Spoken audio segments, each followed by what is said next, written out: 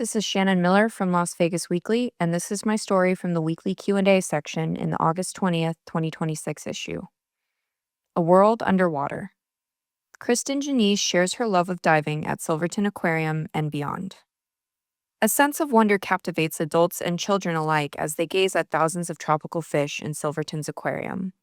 Clumsy pufferfish scooting along, yellow bar angelfish precisely picking at structures of coral, and graceful stingrays gliding across the tank.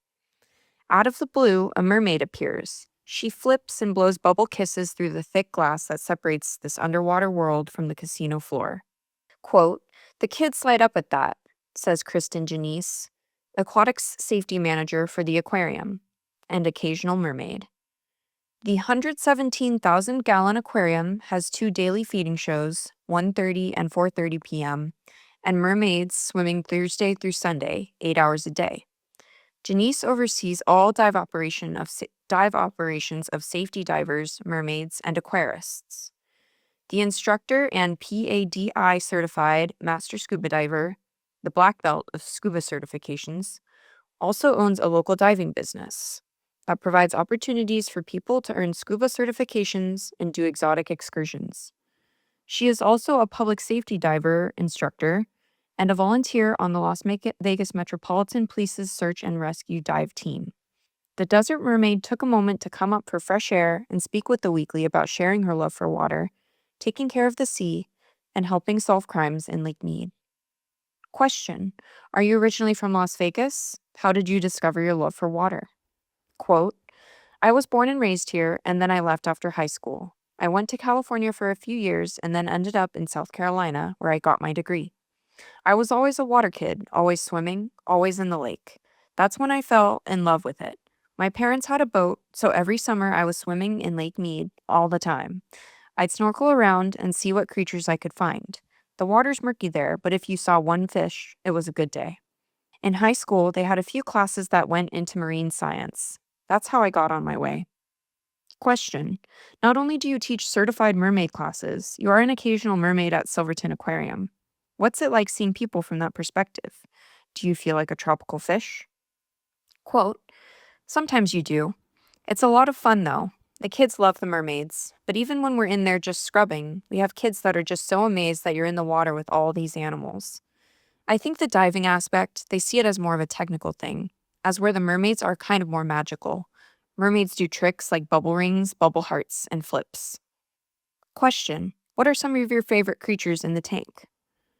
Quote, "Porcupine pufferfish have the cutest little faces and a lot of personality. They're very smart. A lot of our animals are target trained, especially for feedings. That's how we know how much food they're getting. Our pufferfish are trained to come over to the step. We have a little target that we put there for them, and they know when it's feeding time. Most people think fish just forget everything instantly, and some do, but there are some that are actually very intelligent."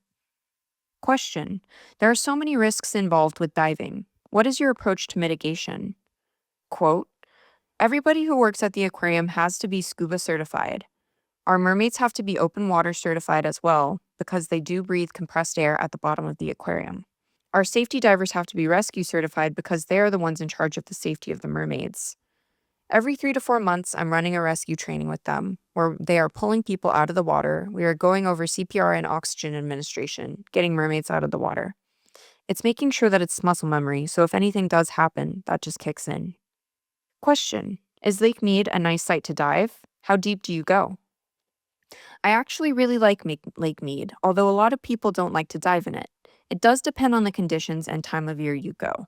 If you go in the winter, it's very cold, but it's very clear. It gives you a nice view of everything under there. In the summer, with visibility, if we get 5 feet, it's a good day. But if you can be comfortable diving in the lake, you can go anywhere tropical where the water is crystal clear. We have specific dive sites where there are all these objects underwater for us to look at. We have one called Wreck Alley, so there's a few sunken boats that are around that area. We can get down to 130 feet, which is our recreational limit. Question: You started volunteering on Metro's search and rescue dive team in 2019. How has that been? Quote, "It's a very different type of diving. It's not recreational or playing around. You have to know exactly what you're doing and what the plan is. We might be looking for something and not be able to see it very far. You have to be comfortable being under there and still doing a search pattern, trying to find whatever we're in there to find, and be calm and comfortable. We're looking for anything that falls under police jurisdiction. We'll find vehicles or evidence. We do trainings once a month and train in blackout masks so we're prepared for the environment. Question: what would you say is important to be aware of when it comes to marine life? Quote, because I take people all over the world diving, my big thing is don't touch. It doesn't matter if it looks like it's dead, like coral. Don't touch anything underwater. Leave the animals be. If they come up to you, that's a cool interaction for you to have, but don't chase or harass anything. Even in the desert, we say all water leads to the ocean. Don't pollute. If you take something in, take it out with you. You can find this story and others online at lasvegasweekly.com.